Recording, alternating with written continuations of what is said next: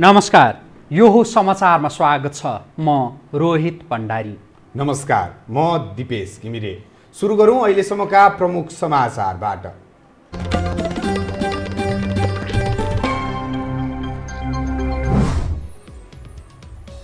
आज थप 2 जना थपिएसँगै नेपालमा कोरोना संक्रमितको संख्या 59 पुग्यो।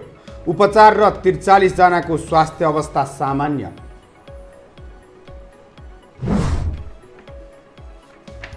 आफ्ना गल्ती ढाकछोप गर्न अरूमाथि दोष थोपर्दै प्रधानमन्त्री ओली राजनैतिक अस्थिरता निम्तिनुमा सञ्चार माध्यम दोषी रहेको प्रतिक्रिया।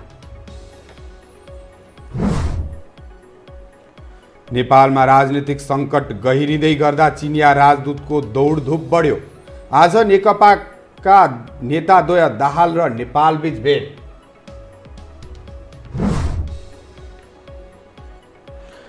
लकडाउनबीच 131औं श्रमिक दिवस मनाइयो। अधिकार नेताका भाषणमा मात्रै सीमित भएको मजदुरको गुनासो।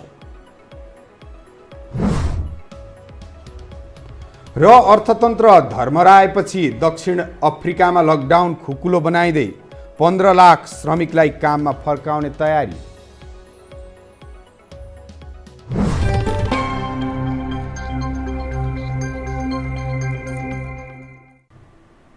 अब समाचार विस्तारमा। स्वास्थ्य मन्त्रालयले आज थप 2 जनामा कोरोना भाइरस संक्रमण पुष्टि भएको जानकारी दिएको छ।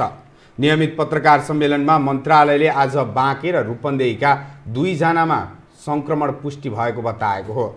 काठमाडौँ स्थित राष्ट्रिय जनस्वास्थ्य प्रयोगशालामा गरिएको परीक्षणले रूपन्देहीका 25 वर्षीय पुरुषलाई संक्रमण पुष्टि भएको देखाएको हो।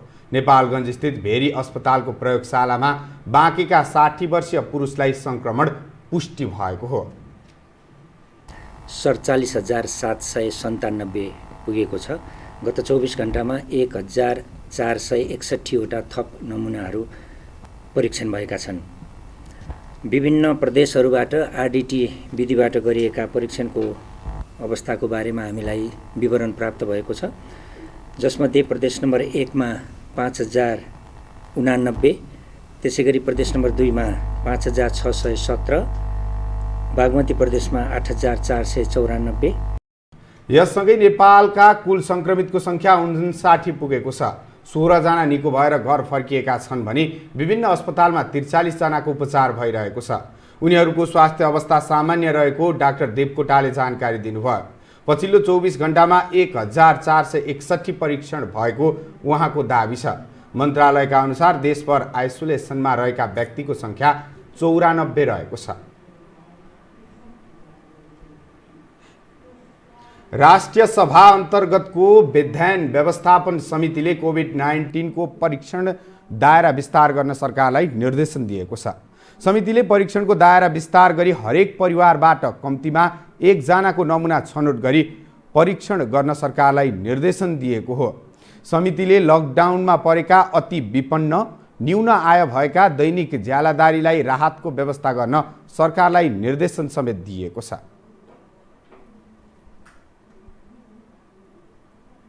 कोभिड-19 को कारणबाट बन्दाबन्दीमा परेका अति विपन्न तथा न्यून आय भएका एवं दैनिक ज्यालादारीमा काम गरी जीविका उपार्जन गर्दै आएका विशेष गरी मजदुर र किसानहरूको समस्यालाई यथाशीघ्र समाधान गरी उपयुक्त राहतको व्यवस्था गर्न।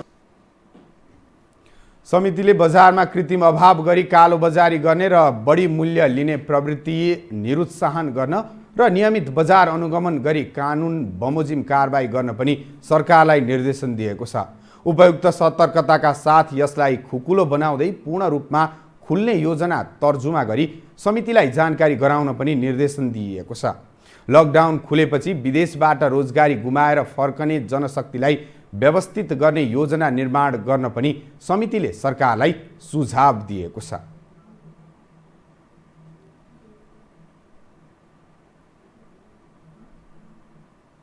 स्वास्थ्य तथा जनसङ्ख्या मन्त्री भानुभक्त ढकालले वैशाख 25 पछि लकडाउन केही खुकुलो हुने सङ्केत गर्नुभएको छ। राष्ट्रिय सभाको विधान व्यवस्थापन समिति बैठकमा आज मन्त्री ढकालले जीवनयापन सहज हुने गरी लकडाउन खुकुलो हुने सङ्केत गर्नुभएको हो। उहाँले कृषि, उद्योग धन्दा तथा अरू महत्त्वपूर्ण पक्षलाई मध्यनजर गर्दै लकडाउनको स्वरूप परिवर्तन हुने बताउनुभयो। मन्त्री ढकालले दीर्घरोगी र अन्य बिरामी अस्पतालले पाउने सेवाबाट वञ्चित भएको अवस्थालाई मध्यनजर गर्दै लकडाउनको स्वरूप परिवर्तन गर्नुपर्ने अवस्था आएको तर्क गर्नुभयो। विभिन्न खालका विषयको अतिरिक्त सबैभन्दा महत्त्वपूर्ण कुरा कोरोना भनेकै कारणले गर्दा अरू दीर्घ रोगीहरू, नसर्ने रोगीहरू अस्पतालको सेवाबाट जुन वञ्चित हुने, घरमा मान्छे बिरामी भयो भनेदेखि यो लकडाउनको कारणले व्यक्तिहरू अस्पतालसम्म पुग्न नसक्ने, यसलाई चाहिँ अब एम्बुलेन्सहरूलाई एकीकृत फर्ममा ल्याएर कसरी सेवा प्रदायलाई चाहिँ सुचारू गराउन सकिन्छ भन्ने विषयमा पनि हामी आवश्यक गृह कार्यका साथ त्यो काममा पनि लागिरहेका छौँ। मन्त्री ढकालले विभिन्न क्षेत्रबाट गाउँ फर्किएका नागरिकहरूको र्यापिड डायग्नोस्टिक परीक्षण गरिरहेको पनि बताउनुभयो। विश्व महामारीको अवस्थामा सरकार र जनताको तर्फबाट भएका प्रयत्नहरूले नेपाल उच्च जोखिममा नरहेको उहाँको भनाइ छ।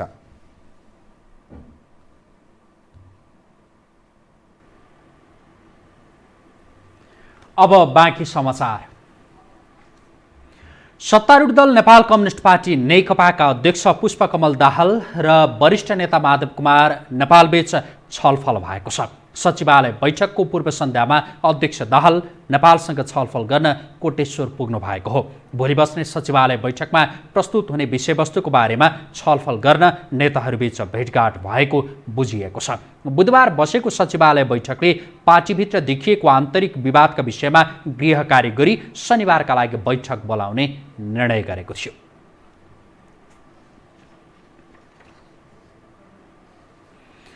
सरकारप्रतिको आलोचना बढ्दै गर्दा उच्च ओहदामा बसेका व्यक्तिहरूले अस्वाभाविक प्रतिक्रिया जनाउन थालेका छन्। नेपाली सञ्चार माध्यमप्रति सधैँ रुष्ट देखिने प्रधानमन्त्री केपी शर्मा ओलीले आज गम्भीर आरोप लगाउनु भएको छ। एक रिपोर्ट। आज मे 1 श्रमिक दिवसको समय पारेर प्रधानमन्त्री केपी शर्मा ओलीले भिडियो सन्देश जारी गर्दै मुलुकमा राजनैतिक अस्थिरता सिर्जना हुनुमा सञ्चार माध्यमको दोष रहेको बताए। मिडियामा आएको सूचनाका कारण सरकारको आलोचना बढेको प्रधानमन्त्री ओलीको टिप्पणी छ। आज नेपालका केही सञ्चार माध्यमहरू र सामाजिक सञ्जालहरूमा पनि स्थिरता, स्थायित्व र विकासका विरुद्ध देशलाई अस्थिरतातर्फ धकेल्ने प्रकृतिका प्रयासहरूको समाचार सम्प्रेषण र चर्चा भइरहेको देखिन्छ। एकातिर सम्पूर्ण नेपाली जनता र सिङ्गै विश्व कोरोना महामारीका विरुद्ध लडिरहेको अवस्था छ, अर्कातिर यही अप्ठ्यारो परिस्थितिलाई मौका छोपेर अस्थिरताका त्यस्ता प्रयासहरू गरिनु दुःखद कुरा हो।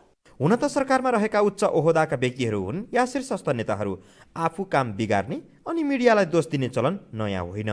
सरकारकै अपरिपक्वताले समस्या सिर्जना हुँदा समेत मिडियाले तथ्य बङ्ग्याएको आरोप सञ्चार माध्यमहरूले खेप्दै आएको छ।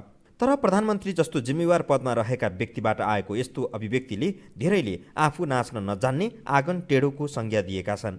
नेपाली काङ्ग्रेसका नेता गगन थापाले वाह प्रधानमन्त्रीज्यू, जो चोर उसैको ठुलो चोर, कोही तर्सिनेवाला छैन यो धम्कीबाट भन्दै सामाजिक सञ्जालबाट प्रतिक्रिया दिएका छन्। यस्तै काङ्ग्रेसका प्रवक्ता विश्वप्रकाश शर्माले पनि प्रधानमन्त्रीको त्यो अभिव्यक्तिप्रति असन्तुष्टि राख्दै लेखेका छन्।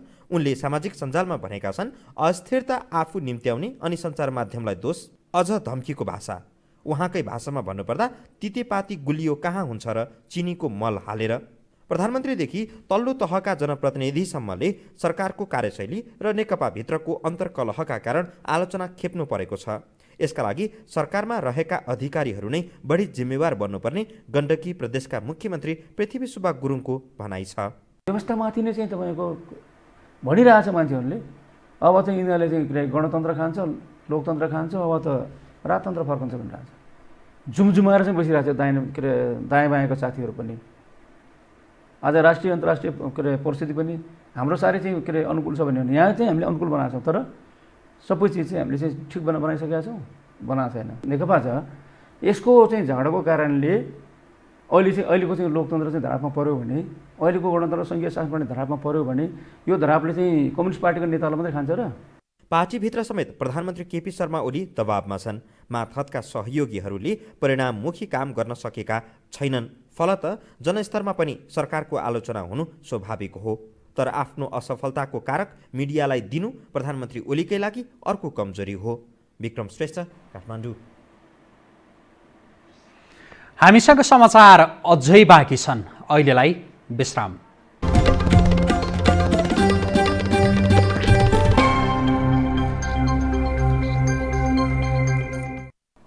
विश्रामपछि स्वागत छ। अब बाँकी प्रसङ्ग। नेपालको राजनीतिमा दक्षिणी छिमेकी भारतको प्रत्यक्ष वा अप्रत्यक्ष हस्तक्षेप हुने गरेको त देखिएकै हो। राजनीतिक सङ्कट गहिरिँदै गर्दा उत्तरी छिमेकी राष्ट्र चीनले समेत भूमिका खेल्न थालेको देखिएको छ। एक रिपोर्ट। सरकारले विवादास्पद 2 अध्यादेश जारी गरेपछि सुरु भएको राजनैतिक उत्तर चढाव अझै सिलाएको छैन। अध्यादेश फिर्ता भयो, तर सत्ताधारी दल नेकपामा जारी अन्तरसङ्घर्ष थप उचाइमा लम्कँदछ। सरकार फेरबदलदेखि नेकपाभित्र नेताहरू शक्तिशाली बन्ने होड बढिरहेका बेला चीनले बढी नै चासो व्यक्त गर्न थालेको छ। गत 16 गते चिनिया राष्ट्रपति सी जिङपिङले नेपालका राष्ट्रपति विद्यादेवी भण्डारीसँग टेलिफोन संवाद गरेका थिए। बाहिरी रूपमा कोरोना संक्रमण र रोकथामका बारेमा कुराकानी भएको भनिए पनि टेलिफोन संवादको अन्तर्य राजनैतिक उत्तर चढावमा केन्द्रित रहेको अनुमान गरिएको छ। राष्ट्रपति द्वयको संवादपछि नेपालका लागि चिनिया राजदूत हौ याङछीले नेपाल कम्युनिस्ट पार्टी नेकपाका शीर्ष नेताहरूसँग भेटघाटलाई तीव्रता दिएकी छिन्। याङछीले शुक्रबार अध्यक्ष पुष्पकमल दाहाल प्रचण्ड र पूर्व प्रधानमन्त्री माधव कुमार नेपालसँग भेट गरेकी छिन्। कोभिड-19 रोकथाम तथा नियन्त्रणका लागि चीनले गरेको सहयोगका लागि धन्यवाद दिँदै थप सहयोगका लागि आग्रह गरेको अध्यक्ष प्रचण्डको सचिवालयले जनाएको छ। प्रचण्डलाई भेटे लगत्तै याङछी नेकपा वरिष्ठ नेता तथा पूर्व प्रधानमन्त्री माधव कुमार नेपाललाई भेट्न कोटेश्वर पुगेकी थिइन्। नेकपा विदेश मामिला विभाग प्रमुख समेत रहेका नेता नेपाल र याङछी बीच 2 देश बीचको घनिष्ठ सम्बन्धका विविध पक्षमा छलफल भएको छ। तर यहाँ दुवै भेटको खास गुदी र राजनैतिक फेरबदलमा केन्द्रित रहेको बुझिन्छ। अब यहाँ चाहिँ असाध्य पार्टीहरूको बिचमा खास गरेर सत्ताधारीहरूको बिचमा तैलभैलो मचिएछ। अब यो स्थितिमा चाहिँ भेट्नुको तात्पर्य भेट्नेहरूले सार्वजनिक गर्नुपर्ने हो। दबाब चीनको मात्रै छैन नि, दबाब त शक्ति राष्ट्रहरूले चाहिँ आफ्नो चाहिँ खेल त खेल्छन् नि, त्यो खेलिने पो मुख्य कुरा हो त। प्रचण्ड र नेपालसँग राजदूतको भेट पछाडि नेपालको सत्ता फेरबदलसँग जोडिएको हुन सक्ने लक काट्न थालिएको छ। किनकि याङछीले बिहिबार प्रधानमन्त्री केपी शर्मा ओलीसँग भेट गरेकी थिइन्। 16 गते 2 राष्ट्रपतिको टेलिफोन संवाद, 18 गते चिनिया राजदूतसँग प्रधानमन्त्री ओलीको भेट र त्यस लगत्तै शुक्रबार पार्टीभित्र अन्तर्विरोध चर्काइरहेका नेकपाकै शीर्ष नेताहरूलाई भेट गर्नुमा खास अर्थ रहन्छ नै। अब त्यो पनि हुनसक्छ भन्नु, सबैले विभाजित हुनुहुन्न, फुट्नुहुन्न, समस्याहरूको हल गर्नुपर्छ भन्ने हिसाबले त्यो पनि दिएका हुन सक्छन्। अब यो अनुमान गर्ने विषय भयो, हेर्नुहोस् है, अनुमान गर्ने विषय भयो। अब हामीले ठ्याक्कै यो गरेर उ गरे भन्ने खालको कुराहरू गर्नु कति गाह्रो भयो। शुक्रबार 20 गते नेकपाको सचिवालय बैठक बस्दैछ। पार्टी एकतापछि नेकपाभित्र अहिले देखिएको अन्तरसङ्घर्ष अहिलेसम्मकै उच्चतम बिन्दु हो। नेपालमा कम्युनिस्टहरूले शासन सत्ता चलाइरहेका बेलामा जनवादी गणतन्त्र चीनको चासो नेपाली सत्ता सञ्चालन र नेकपाभित्र समेत देखिएको छ। विक्रम श्रेष्ठ, काठमाडौँ। श्रमिक दिवसलाई मध्यनजर गरी हरेक वर्ष विभिन्न कार्यक्रम हुने गर्छ, तर नेपालका श्रमिक भने यसबारे बेखबर नै रहन्छन्। उनीहरूलाई श्रम दिवस किन र कसका लागि मनाइन्छ भन्नेसम्म पनि ज्ञात छैन। तर सरकार भने श्रमिकका पक्षमा काम गरिरहेको रट लगाउन कहिल्यै छाड्दैन। एक रिपोर्ट। शुक्रबार 131औं श्रमिक दिवस। कोरोना भाइरसको विश्वव्यापी प्रभावका कारण अघिल्ला वर्षहरूमा जसरी औपचारिक कार्यक्रम भएनन्, तर राष्ट्र प्रमुख, सरकार प्रमुख र राजनीतिक दलका नेताहरूले शुभकामना व्यक्त गर्न र आश्वासनका पुलिन्दा बाँड्न भने भुलेनन्। तर राष्ट्र प्रमुख, सरकार प्रमुख र राजनीतिक दलका नेताहरूले शुभकामना व्यक्त गर्न र आश्वासनका पुलिन्दा बाँड्न भने भुलेनन्। त्यसै पनि नेपालमा श्रमिकको अवस्था राम्रो छैन। करिब 1.5 महिना लामो लकडाउनका कारण अहिले उनीहरूको अवस्था दयनीय भएको छ। कतिपयले अहिले काम गर्न पाएका छैनन् भने कतिपयले भइरहेको रोजगारी नै गुमाएका छन्। सर्वहारा वर्गको प्रतिनिधित्व गर्ने भनिएको कम्युनिस्ट पार्टीको सरकारले सत्ताको बागडोर सम्हालेका समयमा समेत मजदुरले न्यायको अनुभूति गर्न नसक्नु दुःखद हो। तर सरकार भने श्रमिक र मजदुरका समस्या समाधान गर्ने आश्वासन दिन छोड्दैन। कृषिमै काम गरेर हुर्किने, कृषि काम गर्दा गर्दै मर्ने, तर तिनीहरूसँगको कुनै पहिचान हुँदैन, तिनीहरूसँग कुनै पहिचान पत्र पाउँदैन।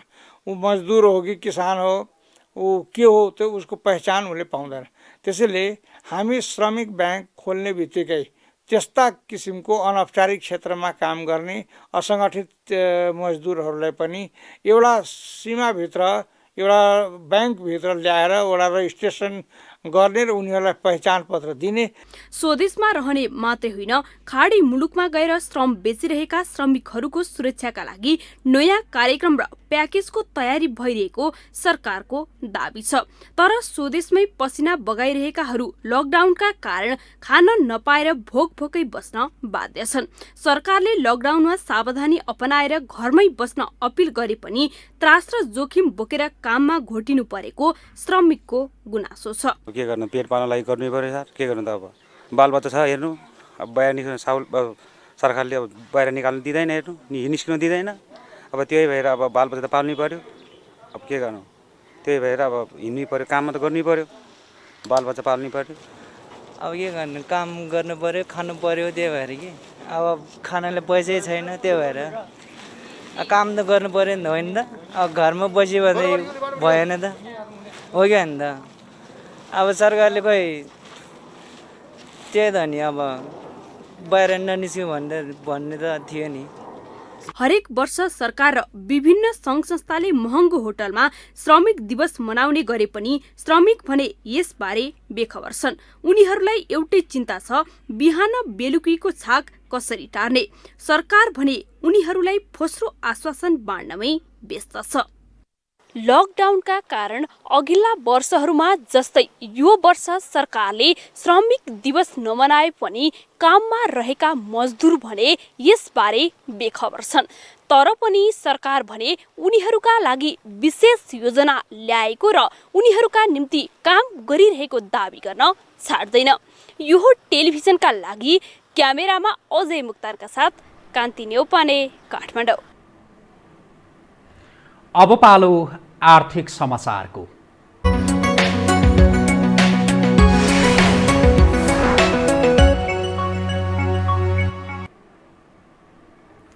नेपाल राष्ट्र बैंकले अहिलेको परिस्थितिमा नयाँ योजनालाई बजेट छुट्याउन नसकिने बताएको छ।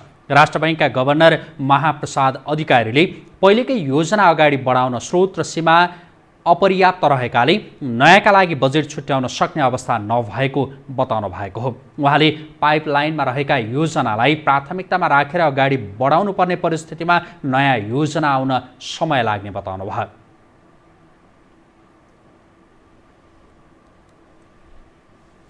प्रायोरिटी के हुनुपर्छ भन्दा हिजो जहाँ एग्रिमेन्ट भइसक्यो, जहाँ समझदारी भइसक्यो, उहाँहरूलाई चाहिँ कमसेकम यहाँ उभ्याउने र काम सुरु गराउन सक्यो भने पनि त्यही पनि ठुलो कुरो हुन्छ।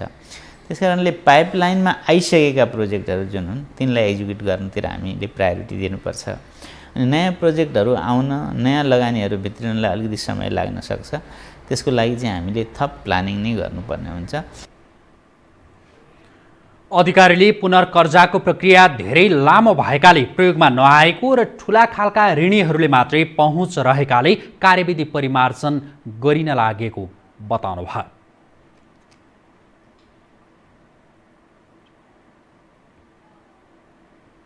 पुनर्कर्जाको प्रोसेसलाई हामी अब छुट्याउँछौँ। धेरै लामो प्रोसेस भएकोले हिजो भएको सीमाभित्रको पनि पुनर्कर्जा प्रयोग भएको छैन।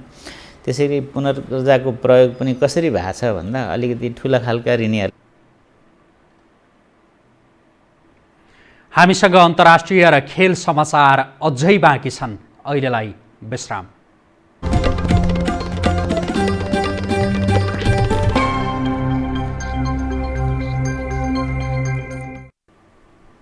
विश्रामपछि स्वागत छ। अब अन्तर्राष्ट्रिय समाचारको पालो।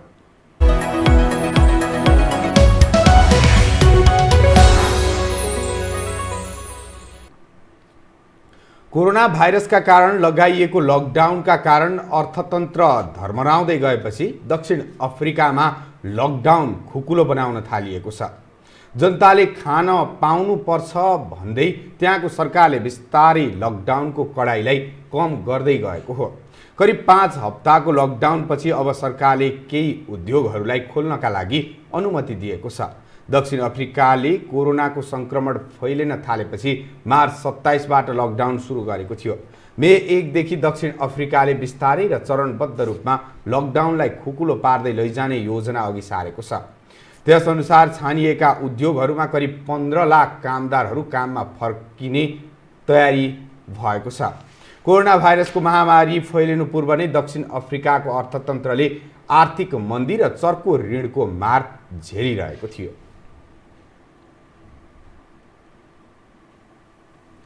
अब पालो खेल समाचारको।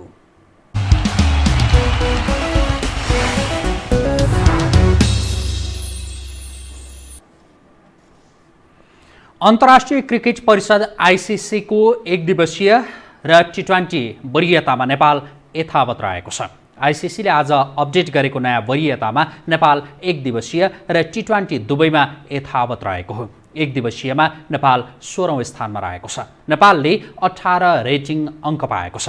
एक दिवसीयमा इङ्ल्यान्ड शीर्ष, भारत दोस्रो, न्युजिल्यान्ड तेस्रो, दक्षिण अफ्रिका चौथो र अस्ट्रेलिया 5औं स्थानमा रहेका छन्। एसोसिएट राष्ट्रमा नेपालभन्दा अघि ओमान, स्कटल्यान्ड र नेदरल्यान्ड्स रहेका छन्।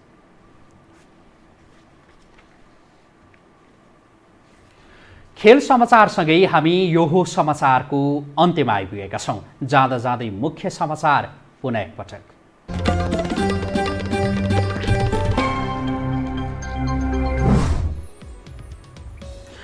आज थप 2 जना थपिएसँगै नेपालमा कोरोना संक्रमितको संख्या 59, उपचार र 43 जनाको स्वास्थ्य अवस्था सामान्य।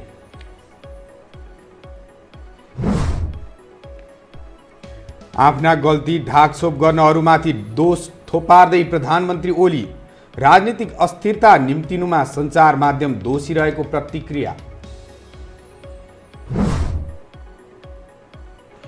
नेपालमा राजनैतिक सङ्कट गहिरिँदै गर्दा चिनिया राजदूतको दौडधोप बढ्यो। आज नेकपाका नेताद्वय दाहाल र नेपालसँग भेट।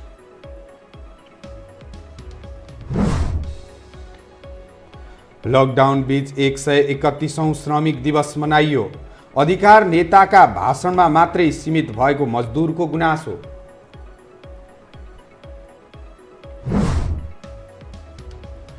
र अर्थतन्त्र धर्मराएपछि दक्षिण अफ्रिकामा लकडाउन खुकुलो बनाइँदै 15 लाख श्रमिकलाई काममा फर्काउने तयारी।